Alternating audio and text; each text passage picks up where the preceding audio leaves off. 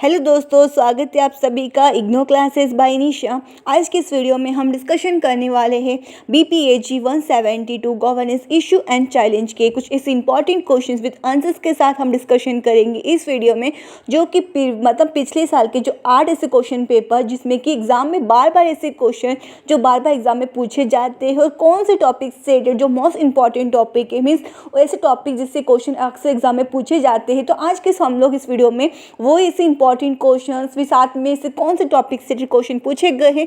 तो आज के इस वीडियो में हम वो क्वेश्चंस देखने वाले हैं जो कि एग्जाम के लिए बहुत ज़्यादा इंपॉर्टेंट क्वेश्चन है। बस अगर आप इतना भी करके जाओगे आप 90+ मार्क्स आप इजीली स्कोर कर सकोगे 100% के साथ में। बस आपको करना क्या है, जो मैंने आपको क्वेश्चन विद आंसर्स प्रोवाइड किया है, बस आपको इतना करना है और इतना भी कर लोगे आप इजीली 90+ मार्क्स का स्कोर कर लोगे। इसके अलावा आपको कुछ नहीं पढ़ना है, बस इतना करके जाना है और मुझे कमेंट में ज़रूर बताना है कि आपका पेपर कैसे गया। बस जो मैं आपको इंपॉर्टेंट क्वेश्चन प्रोवाइड करती हूँ बस इतना करके जाए, इसके अलावा आपको कुछ पढ़ने की ज़रूरत नहीं है। आप एग्ज़ाम के 1 महीने भी पहले पढ़ोगे तो भी आप इजीली पास हो जाओगे। बस जो मैं आपको कराती हूँ बस आपको वो करके जाना है। फर्स्ट अभी हम देखते हैं कि फर्स्ट क्वेश्चन कौन सा है।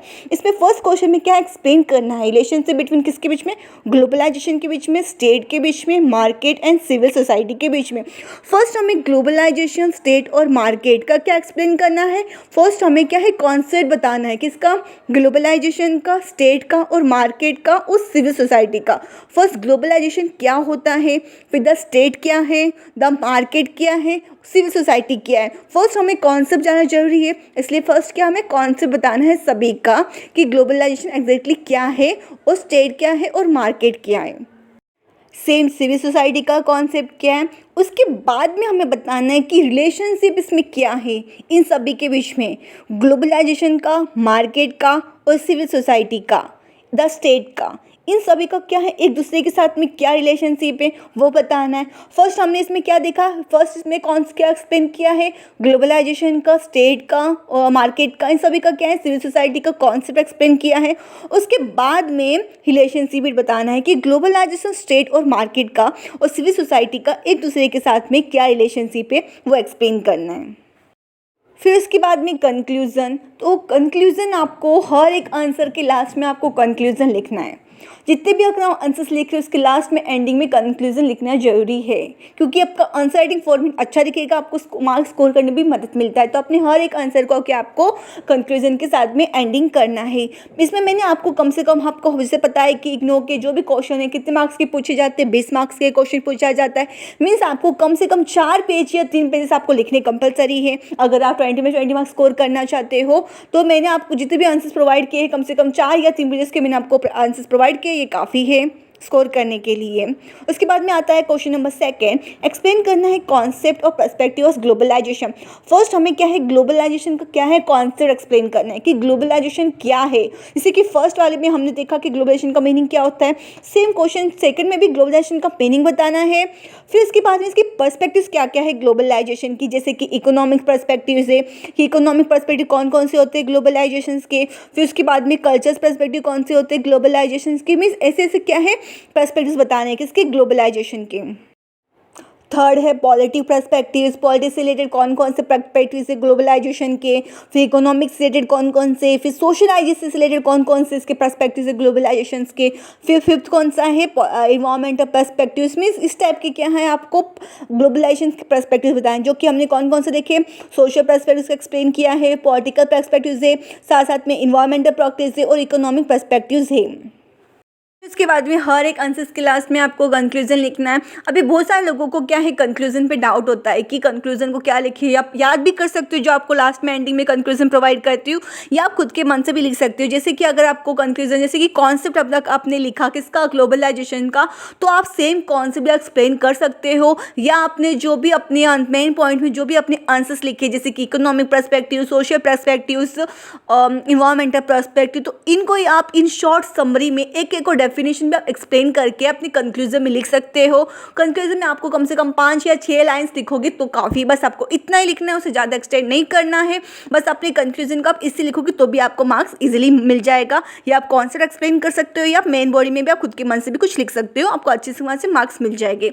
उसके बाद में आता है क्वेश्चन नंबर 3, एक्सप्लेन करना है concept and forms of governance. Same इसमें भी गवर्नेंस का क्या कॉन्सेप्ट होता है, मीन्स गवर्नेंस का मीन्स क्या होता है, ये फर्स्ट आपको क्या है कॉन्सेप्ट बताना है कि गवर्नेंस क्या है। ये तो हो गया आपका इंट्रोडक्शन। उसके बाद में मेन बॉडी में क्या आया, फॉर्म्स ऑफ गवर्नेंस, कौन कौन से फॉर्म्स होते हैं गवर्नेंस, ये क्या होगा आपका मेन बॉडी हो गया। ठीक है, तो मेन बॉडी में आपको क्या पूछा गया ऐसे कि फॉर्म्स ऑफ गवर्नेंस कौन कौन से होते हैं।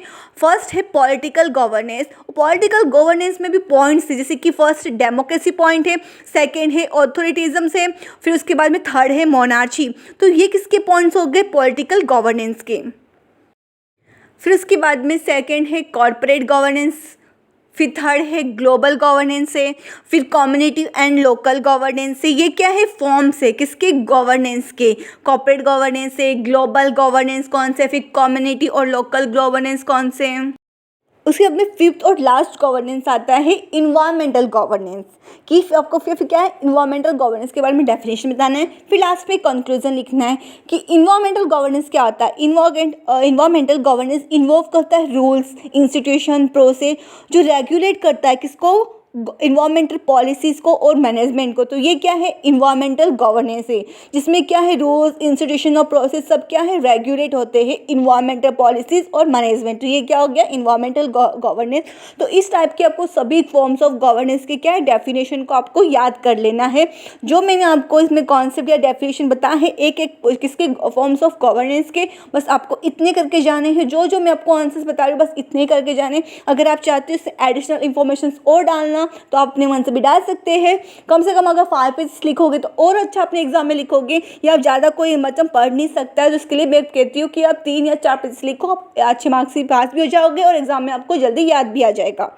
फिर उसके बाद में आता है क्वेश्चन नंबर 4, डिस्कस करना है ऑपरेशनल फ्रेमवर्क, इसका कॉन्स्टिट्यूशन के बारे में बताना है, इसका ऑपरेशनल फ्रेमवर्क। उसके बाद में रोल ऑफ स्टेट एक्टर्स का क्या है गवर्नेंस में, ये बताना है। तो ऑपरेशनल फ्रेमवर्क क्या होता है कॉन्स्टिट्यूशन का, ये रेफर करता है क्या स्ट्रक्चर और फंक्शनिंग किसका, नेशन का, नेशनिंग गवर्निंग सिस्टम को। और ये आउटलाइन किसके थ्रू होता है, कॉन्स्टिट्यूशन के थ्रू। कॉन्स्टिट्यूशन क्या है, act as a supreme law है ये, और एस्टेब्लिश करता है फाउंडेशनल प्रिंसिपल और डिस्ट्रीब्यूशन किसका, पावर का, किसके अंदर जितने भी ब्रांचेस है गवर्नमेंट की, और जो रिलेशनशिप है किसके साथ में, स्टेट के साथ में, और साथ में सिटीजन्स को क्या ये प्रोवाइड करता है रूल, प्रोसीजर्स और लिमिटेशंस। ठीक है, ये क्या है, ये क्या हो गया गवर्नेंस, ये क्या है कॉन्स्टिट्यूशन का, ये क्या है फ्रेमवर्क है। उसके बाद में आता है जो सेकंड में, इसमें क्या है रोल ऑफ स्टेट एक्टर्स के बारे में पूछा गया है। फिर इसके बाद में role of state actors in governance कौन कौन से हो गए, द एग्जीक्यूटिव हो गया, लेजिस्लेचर हो गया। एग्जीक्यूटिव मीन्स क्या होता है, ये एक ब्रांच है जो कि रेस्पॉन्सिबल होता है किसके लिए, इम्प्लीमेंटिंग के लिए और एडमिनिस्ट्रेटिंग के लिए, एडमिनिस्ट्रेटिंग करने के लिए लॉज को। और पास कौन करता है इसको, लेजिस्लेचर पास करता है। और इसका हेड कौन रहता है, प्रेसिडेंट, प्राइम मिनिस्टर्स और मोनार्च रहता है, जो कि गवर्नमेंट चलाता है और एक्सरसाइज सिग्निफिकेंट इन्फ्लुएंस करता है over policies, governance and national security. उसके बाद में लेजिस्लेचर जो कि किसका है, इसको पास कौन करता है, एग्जीक्यूटिव को पास कौन करता है, लेजिस्लेचर पास करता है। अब हम जानते हैं कि लेजिस्लेचर क्या है, ये कि रेस्पॉन्सिबल किसके लिए, क्रिएटिंग करने के लिए लॉस को, डिबेटिंग पॉलिसीज, इशू और रिप्रेजेंट करता है इंटरेस्ट किसका, सिटीजन्स का। और इनमें क्या होता है डेमोक्रेटिक सिस्टम्स हो गया। तो रजिस्टर क्या है, टिपिकली इलेक्टेड हो जाता है, किसके थ्रू होता है, पीपल्स के थ्रू होता है। इनके पास ऑथोरिटी होती है खुद को सिलेक्ट करने की, लेजिस्लेचर पावर की। तो ये क्या हो गया, लेजिस्लेशन हो गया, जो कि क्या है रोल है किसका, स्टेट एक्टर्स का गवर्नेंस में। फिर थर्ड है जुडिशियरी, फोर्थ है civil service and administration. Judiciary क्या है, ये क्या जज और कोर्ट टैक्स है, जो कि इंटरप्रेटिंग करता है लॉज और इंश्योरिंग करता है कि ये क्या कंसिडरेट किया जाएगा कॉन्स्टिट्यूशन के साथ में। तो ये क्या है जुडिशियरी हो गया, जज से रिलेटेड है और कोर्ट से रिलेटेड है। फिर फोर्थ क्या है, सिविल सर्विस हो गया और एडमिनिस्ट्रेशन हो गया। फिफ्थ क्या है, सिक्योरिटी एजेंसी है, security agency related means police हो गए, मिलिट्री हो गए, इंटेलिजेंस एजेंसी होगी, और अदर सिक्योरिटी मीन्स क्या हो गया, सिक्योरिटी एजेंसी रिलेटेड है। फिर सिक्स क्या, पॉलिटिकल लीडर्स हो गए, पार्टीज हो गई, जैसे कि पॉलिटिकल लीडर्स क्या और पार्टीज क्या है, प्ले करते हैं सेंट्रल लॉ शेप करने के लिए गवर्नेंस को, और इन्फ्लुएंस करते हैं पॉलिसी एजेंडा को, और गाइडिंग करते हैं पब्लिकल ओपिनियन को। तो ये क्या हो गया, पॉलिटिकल लीडर्स और पार्टीज़ हो गए, ठीक है, जैसे कि बीजेपी हो गया, कांग्रेस हो गया, ये सब क्या, आम आदमी जनता पार्टी जो भी है, ठीक है, ये सब क्या हो गया, पॉलिटिकल लीडर्स एंड पार्टीज़। ये एक प्रकार का क्या है, शेपिंग करते हैं किसको, गवर्नेंस को। तो जिसमें कि कम से कम 6 पॉइंट्स हैं। फिर इसके बाद भी कंक्लूजन में सिर्फ सिंपल सा इसमें ऑपरेशनल फ्रेमवर्क का कॉन्स्टिट्यूशन का जो फ्रेमवर्क कॉन्स्टिट्यूशन का वो एज इट इज़ में लिखा गया है, एज इट इज़ नहीं है, बस उसी का क्या है लिखा गया है। तो बस आप ऐसे कंक्लूजन में लिख सकते हो। फिर उसके बाद में क्वेश्चन नंबर 5 में क्या है, फर्स्ट हमने देखा क्वेश्चन नंबर 4 में रोल ऑफ स्टेट एक्टर का देखा। अब हम देखने वाला रोल किसका, नॉन स्टेट एक्टर्स का क्या होता है गवर्नेंस में। जैसे कि नॉन स्टेट एक्टर होता क्या है, ये प्ले करता है क्रिटिकल ऑफ गवर्नेंस में। इसको इन्फ्लुएंसिंग किसके थ्रू किया जाता है, पॉलिसीज हो गया, डिसीजंस मेकिंग हो गया, जो सर्विस डिलीवरी होता है outside the formal structures of government. इसमें क्या क्या हो गए, इसके जो role of non state actor कौन कौन से, एडवोकेसी है, पॉलिसी इन्फ्लूज है, सेकंड सर्विस डिलीवरी करते हैं, थर्ड कॉन्फ्लिक्ट रिजोल्यूशन और पीस बिल्डिंग हो गए, फोर्थ क्या है, इकोनॉमिक इन्फ्लूज। तो ये क्या है, रोल है किसका, नॉन स्टेट एक्टर्स का, एडवोकेसी, पॉलिसी इन्फ्लूज। फिफ्थ क्या है, होल्डिंग करता है government accountable.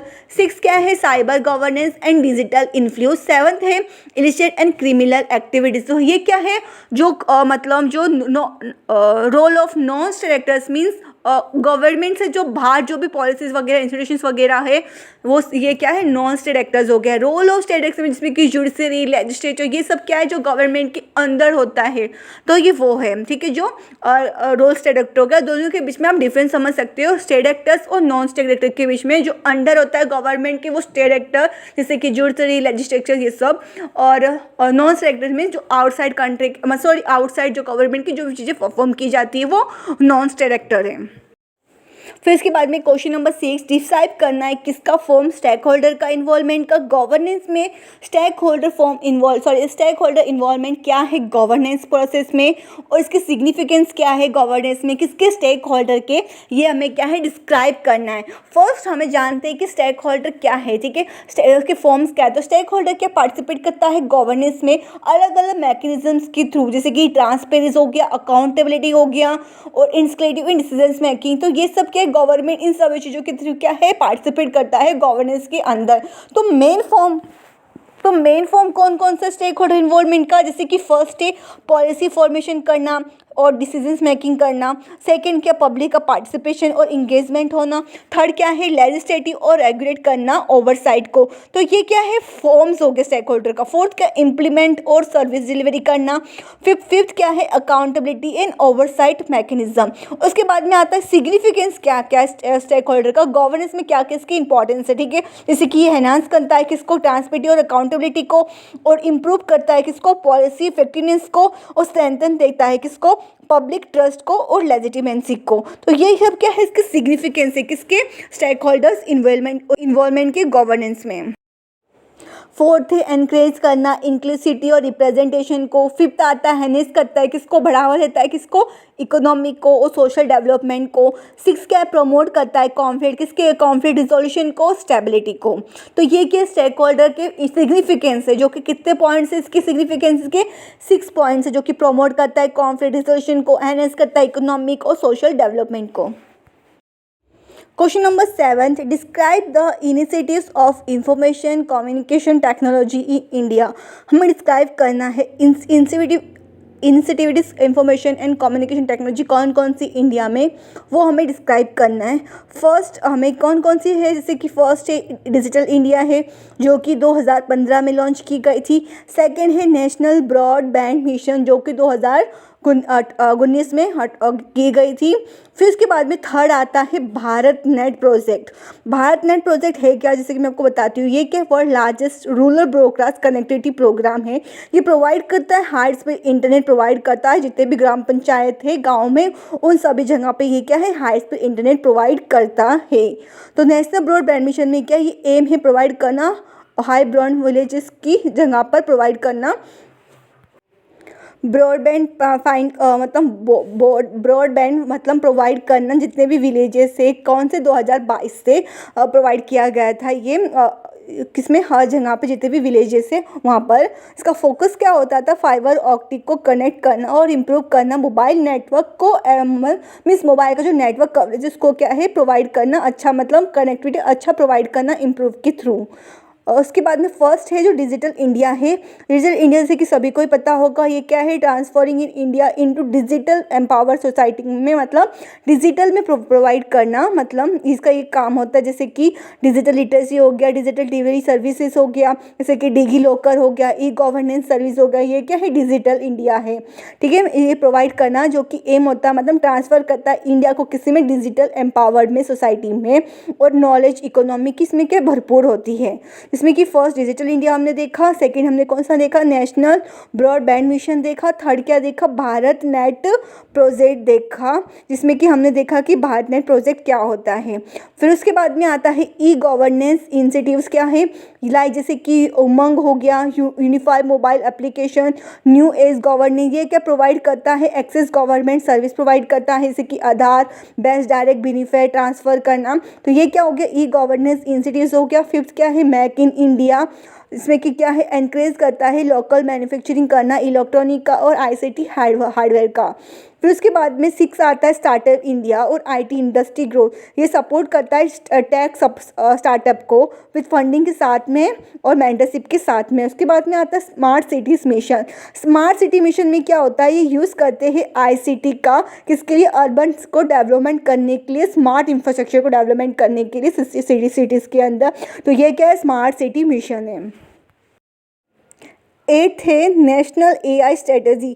National AI strategy जैसे कि आपको पता है ये फोकस करता है एआई रिसर्च, इनोवेशन और adoption in health care, agriculture and education. Ninth है cyber security and data protection, जैसे कि साइबर सिक्योरिटी और डेटा प्रोटेक्शन का समझ गए होंगे, इनका मेन क्या होता है, सब चीज़ों को प्रोटेक्ट करना और रेगुलेट करना डेटा प्राइवेसी को। उसके बाद में टेंथ है जो कि common service centre. Common service centre में क्या होता है, ये डिजिटल केसेस का इन रूरल एरिया जो ऑफरिंग करता है किसको, ई गवर्नेंस को, सर्विस को, बैंकिंग को और टेलीमेडिसिन की। तो ये क्या है, कॉमन सर्विस से रिलेटेड सेंटर्स हो गए। ये क्या है, कॉमन सर्विस की बैंकिंग वगैरह, तो ये सब क्या कॉमन सर्विस सेंटर्स है। ये कि तो हमने हमने कम से कम इंसेंटिव्स देखे, हमने इंडिया के अंदर 10 देखे हैं। लास्ट में क्या है, कंक्लूजन है। अगर हो सके तो आप जितनी भी मैंने आपको 10 इंसेंटिव्स बताया है जो कि लॉन्च की गई है इंडिया के अंदर, तो आपको क्या हो सके तो आपको इन सभी चीज़ों के साथ में क्या है एग्जाम्पल और डायग्राम भी डालने की आपको कोशिश करना है। इससे क्या होगा, आपका आंसर और अच्छा दिखेगा। तो आपको क्या है, हो सके तो आप प्लीज़ डालने की कोशिश कीजिए, इसी के अंदर डायग्राम डालिए या एग्जाम्पल्स वगैरह, ये सब चीज़ें आप इसके अंदर डालना है। फिर उसके बाद में आता है क्वेश्चन नंबर 8, इन कॉन्टेम्परेरी टाइम्स मीडिया के प्ले करती है पेंटिवेटेड रोल किसमें, गवर्नेंस में, इसके बारे में हमें बताना है। जैसे कि फर्स्ट है वॉच डॉग डेमोक्रेसी के लिए, मतलब ये इंपॉर्टेंट रोल प्ले करती है। सेकंड क्या है, ब्रिज बिटवीन किसके बीच में, गवर्नमेंट और सिटीजन्स के बीच में। थर्ड क्या है, प्लेटफॉर्म है किसके लिए, पब्लिक डिस्कोर्स के लिए। तो ये क्या है, एक मीडिया इसके बताना है कि मीडिया किससे रोल प्ले करती है, किसके अंदर, गवर्नेंस के अंदर सॉरी।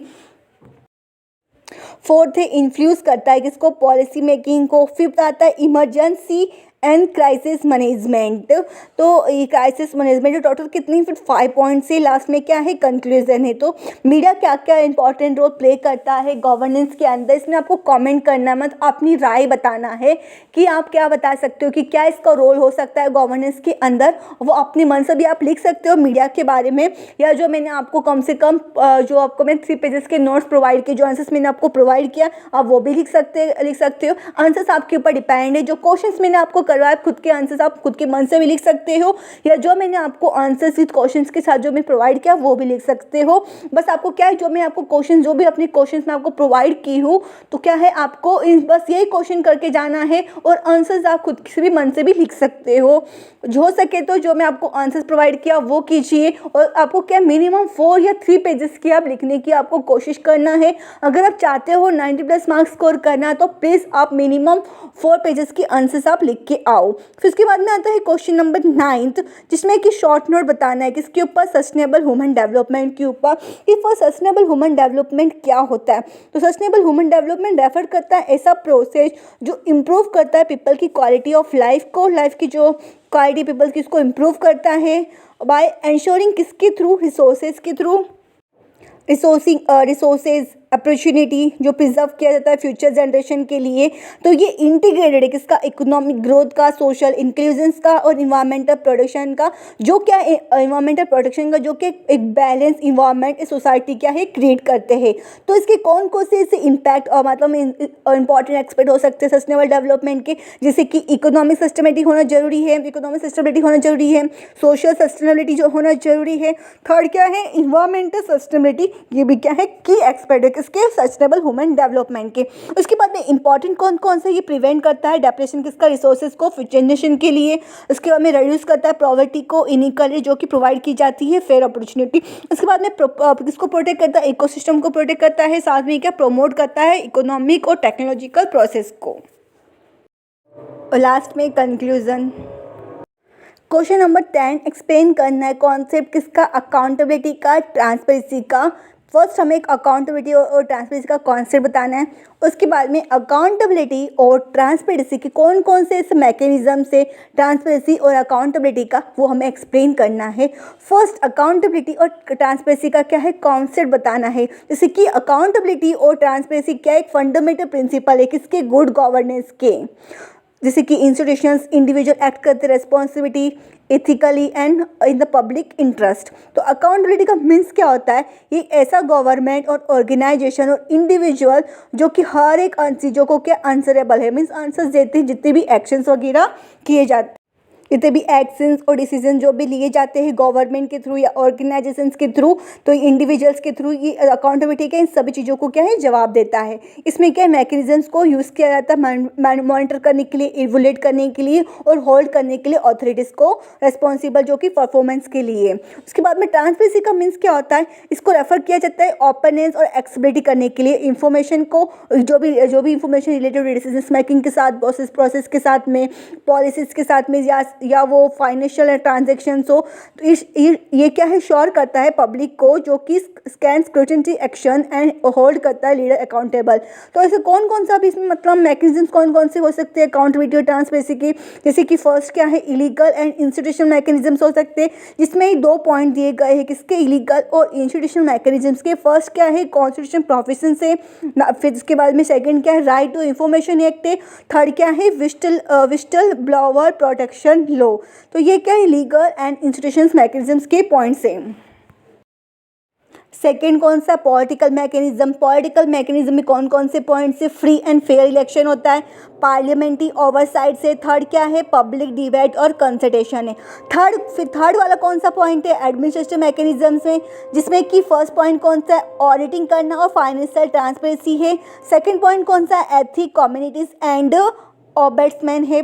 थर्ड क्या है परफॉर्मेंस मॉनिटरिंग है।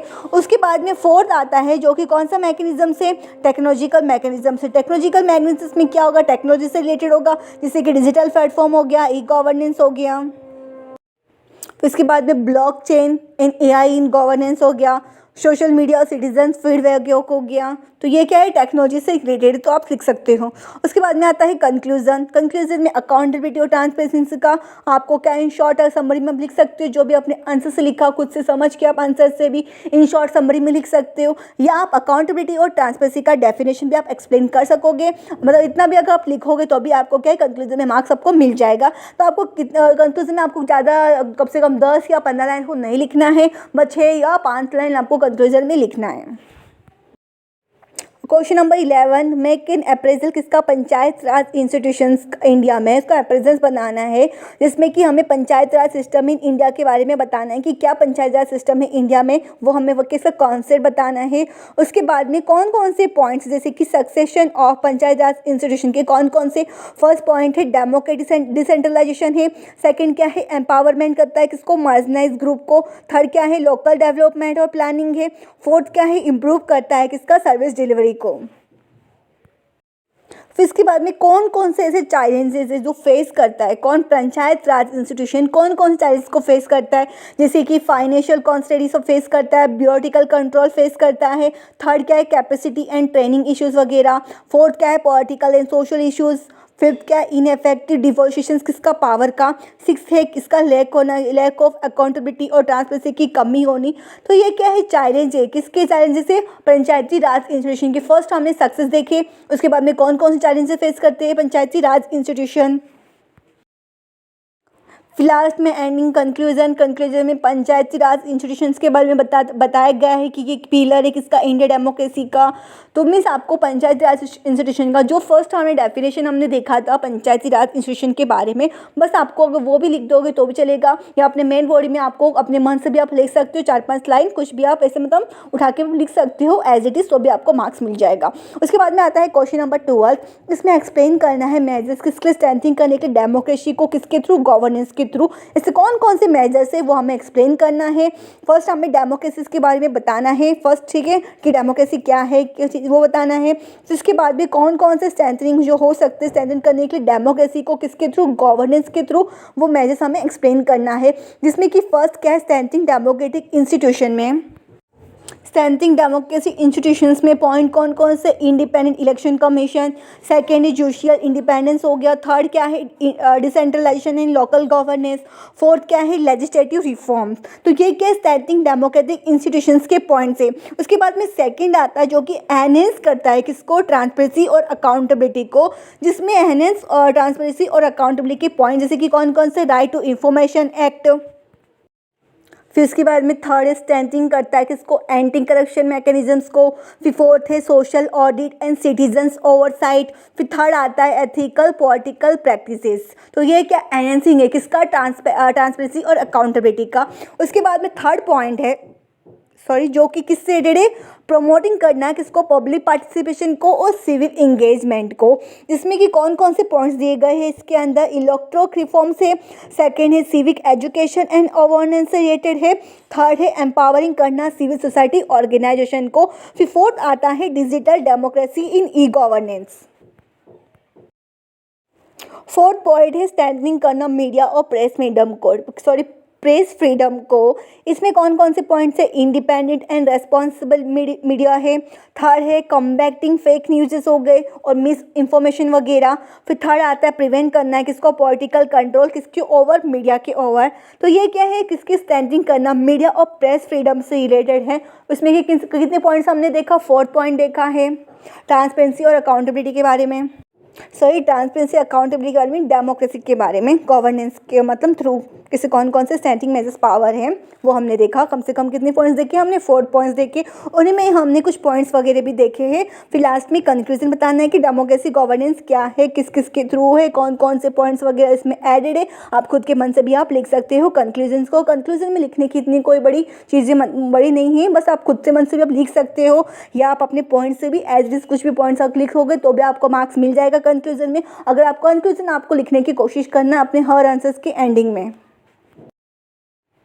फिर क्वेश्चन नंबर 13 है शॉर्ट नोट बताना है किससे रिलेटेड। फर्स्ट क्या है, शॉर्ट नोट है डायमेंशन किसका, डिसेंट्रलाइजेशन का और लोकल गवर्नेंस का। फर्स्ट हमें डिसेंट्रलाइजेशन इन लोकल गवर्नेंस का कॉन्सेप्ट एक्सप्लेन करना है। फिर इसके बाद में कौन कौन से डायमेंशन है डिसेंट्रलाइजेशन और लोकल गवर्नेंस की। फर्स्ट कौन से पॉलिटिकल डिसेंट्रलाइजेशन है, सेकंड कौन सा एडमिनिस्ट्रेटिव डिसेंट्रलाइजेशन है, थर्ड कौन सा है फिक्शल डिसेंट्रलाइजेशन है, फोर्थ है इकोनॉमिक डिसेंट्रलाइजेशन, फिफ्थ आता है सोशल और इंक्लूसिव डिसेंट्रलाइजेशन।